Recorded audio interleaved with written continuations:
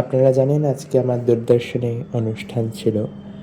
সেই উদ্দেশ্যেই সকাল 4:30টার দিকে ওঠার পর সকালের নিস্তব্ধ শান্ত দৃশ্য আপনাদের সঙ্গে একটু শেয়ার করে নিচ্ছি।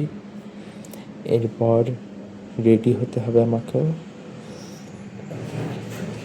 ছাদে চলে আসি, তারপর সে নিয়ে একটু চারিদিকটাকে অনুভব করছিলাম সবুজকে। তারপর রেডি হয়ে আপনাদেরকে দেখিয়ে নিলাম আজকের আমার ড্রেস আপ। তারপর আমার গাড়ি চলে এসেছিল, গাড়ি নিয়ে বেরিয়ে যাই। যিনি আজকে আমাকে নিয়ে গিয়েছেন তিনি খুব সুন্দরভাবে নিয়ে গিয়েছিলেন।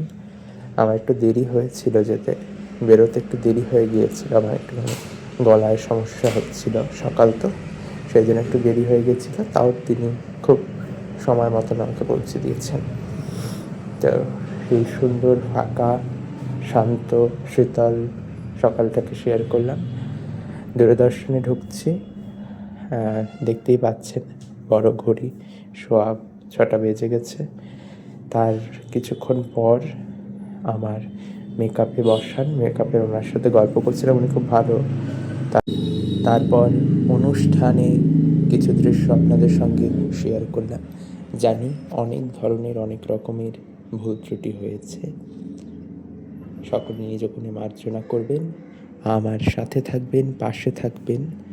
আপনাদের সঙ্গে আবার দেখা হবে আমার অনুষ্ঠানের মধ্য দিয়ে, কথার মধ্য দিয়ে। আর এটা আমার ফার্স্ট ব্লগ, এরকম ব্লগের মধ্য দিয়েও। সকলে ভালো থাকবেন, আবার নিশ্চিত রূপে দেখা হবে, কথা হবে। Thank you so much, by.